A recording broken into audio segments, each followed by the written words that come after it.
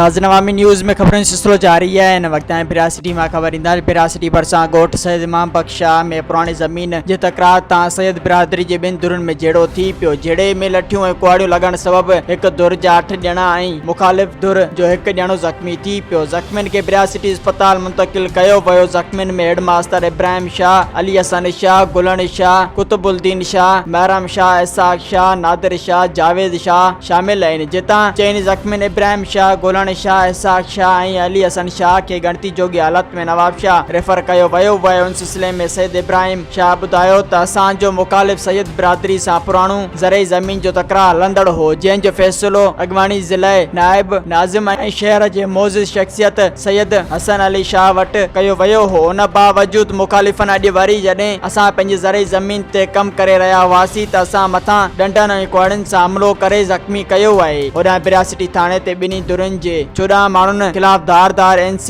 दाख़िल कई वई है। पुलिस ॿिनि ॼणनि खे गिरफ्तार करे वरितो आहे। मज़ीद खबरों और तफसीलात के लिए विजिट करें हमारी वेबसाइट www.awamiNewsHD.com।